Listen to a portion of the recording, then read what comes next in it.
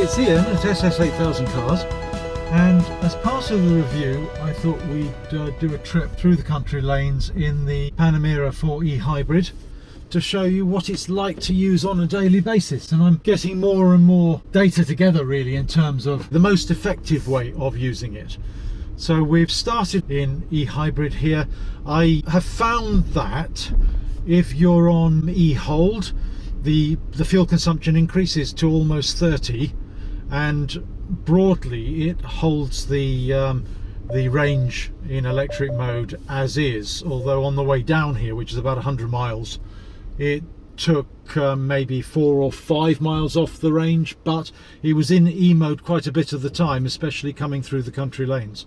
Now what I'm doing here is I want to find out what the total fuel consumption is on the way back. Effectively we're in e-hybrid auto, so the system will decide the most effective way of using the combined power units.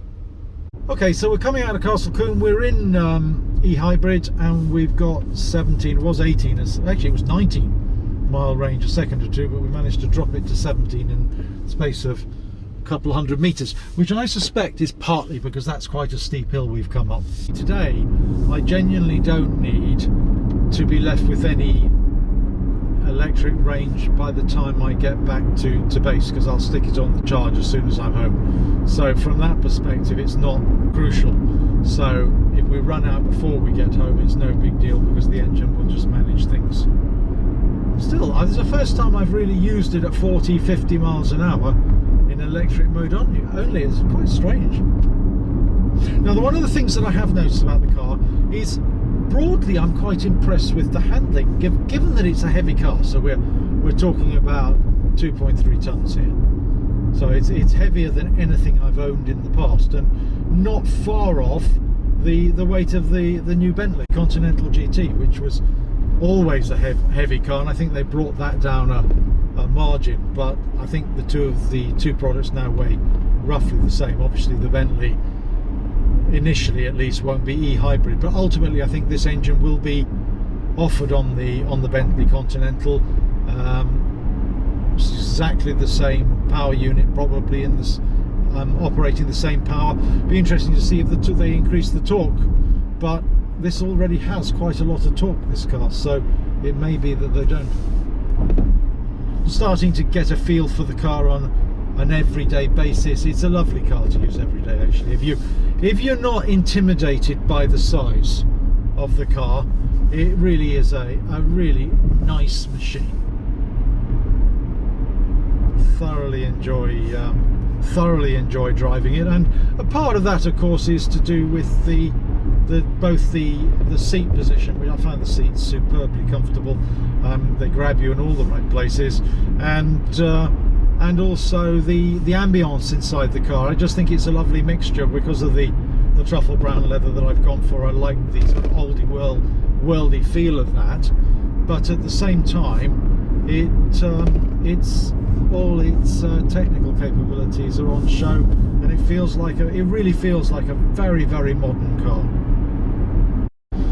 So you have everything that you need to know as far as operating the car, either operated through the dials in front of you, so there are 5 dials in front of you, which I've covered before, or on what I've always referred to as the MMI interface in the centre of the car.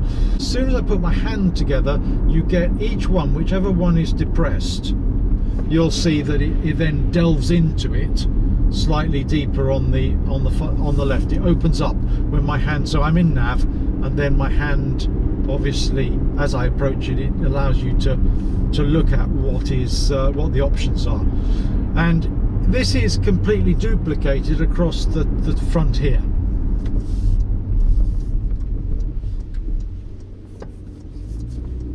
That's interesting, the engine cut in there. Okay, for whatever reason. Okay, so basically it doesn't matter whether if I'm in nav, obviously to delve into all the options on nav, you'd put your hand close and then you have them there. Go into car, for example, it shows you what mode you're in. So we're in hybrid auto. At the top you have e-power, and then sport and sport plus. Sport and sport plus, they only operate with the engine. There's no e-power used in conjunction with that. I'm told Sport Plus will charge the battery though. Apparently is one of the most efficient with e-charge. I'm told that's one of the most efficient ways of operating the system. Now the next thing that I wanted to just chat about was the four-wheel steering. So one of the things you can get the Panamera, I think most of the Porsches outside the Cayman can be opted with four-wheel steering, and I drove the silver, not the silver one, sorry, the black e-hybrid that I borrowed from Porsche Hatfield had the four-wheel steering, and I will say right now it improves the agility and the maneuverability on the car really significantly by a factor. But it doesn't really shrink the car around you, and on top of that, neither does it allow. I don't feel like it makes a difference. It would make a difference in speed. Now, I changed lanes at 80 miles an hour in the hybrid I had. If you remember, it's on the channel, and it was in black, and it had black sport design wheels. So whereas these are the platinum satin sports design wheels, it had the black insert sport design wheels with the silver rims. Good looking car, and I felt it made a big difference when maneuvering, and I suspect if you were parking it would be helpful. But outside that, I didn't think it made a big enough difference to warrant choosing it, but I could definitely understand why people would. So bring you back to here. Obviously you have home. Now home gives you a bit of a Windows display in terms of who you've called, what you've got loaded in the various settings, how the chassis is positioned, and then you've also got hybrid. Now the hybrid we had in the time before, but this is quite useful because this is where I would set up e-hold or e-charge. Obviously Sport Plus and e-power can either be configured on the main car screen, or it can be figured on your sports button here. Okay, so hopefully you're looking through the center of the steering wheel, or the top section of the steering wheel, and in that section we've got all the instruments. Now there are 5 instruments, and the 2 at the far sides have to be set from the center screen, so from the settings in the car settings. To set them up, I've got the compass on the right hand side and just the outside temperature on the left. There's not a huge amount of choice in that respect, actually, as it happens, so that was reasonably easy. Everything is digital readout except for the rev counter, which has a digital speedometer in it. I quite like having the analog rev counter. Now on the left hand side of the analog rev counter, you've got digital reading for the number of miles left on the electric motor, which is useful to know, which can also be pulled up on the center screen in a bit more detail, which I think I showed you earlier. And then on that side, what we have is we have also the number of miles. So you can see I've done 637 thus far. Speed limit, you can set two speed limits. You can get your current position. I'm on the M4, although I'm not using the guidance, obviously, and then back to the range on your electric motor. And on the right hand side, there's quite a lot more information available to you.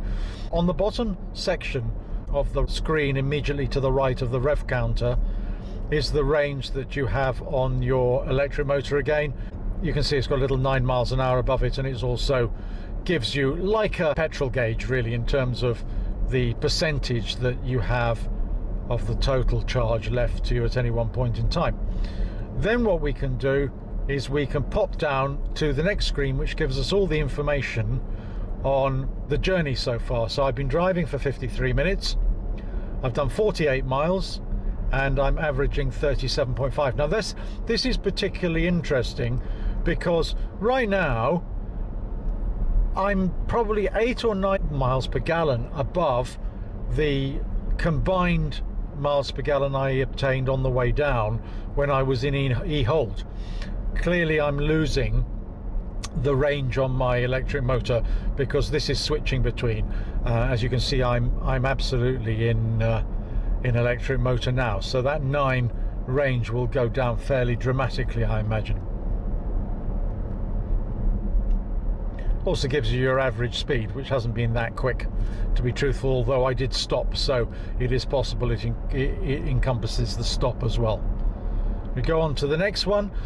Quite a nice feature, and I tend to keep this on about 100 meters, so have a detailed map of the satellite navigation, quite useful for when I'm in town. Then what I wanted to show you very quickly, the button I was talking about earlier, which is in the bottom section of the right hand side of the steering wheel, and this is where you set up your electric power, your hybrid auto, your sport, or your sport plus. And then, as I said to you, if you want to do e-hold or e-charge, you have to go and select hybrid on the MMI interface in the center of the screen. So coming back up again, you can see that I'm scrolling back, so I scroll forward again, and now you've got your lap information. It always retains the amount of fuel you've still got in the car, and it shows you the E-range the whole time. Then you can look at boost. Now boost assist is where you can tap into here that you need all the power, so all 462 brake, which is both a combination of the combustion engine's total output and the electric motor's total output. And then what we have there is e-consumption, and just show you that I'm using only the electric motor at this minute in time. And then you can see there that you've got a diagram of the car itself, and the car itself is quite clearly showing that it's in electric motor, so it's pulling power from the battery.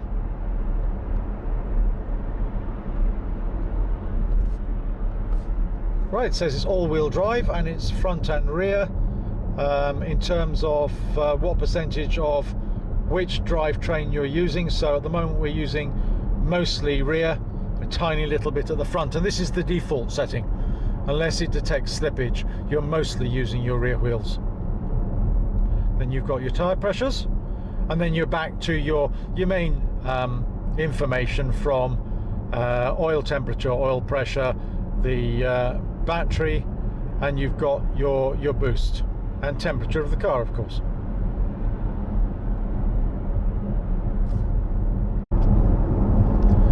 One of the other features that can be quite useful, as you can see in the center screen, which is the rev counter, at the bottom of the rev counter screen you actually have whether you're using e-power or you're charging. Now you can be in e-power and be charging, so when I come off the accelerator you can see it goes into minor charge when you're coasting, or if I use the accelerator you can see that the power is being used in e-power. So it's divided into e-power on the left and charge on the right. You can also probably see that we're now down to 6 because all we're doing at the moment is using e-charge. Sorry, e-charge. We're using the electric motor at this minute in time. So by and large that gives you a feel for the information that's available to you on the front screen, and it's easier to demonstrate that when we're actually moving. Okay guys, well, it's Ian from SS8000 Cars signing off. I hope you found the video informative.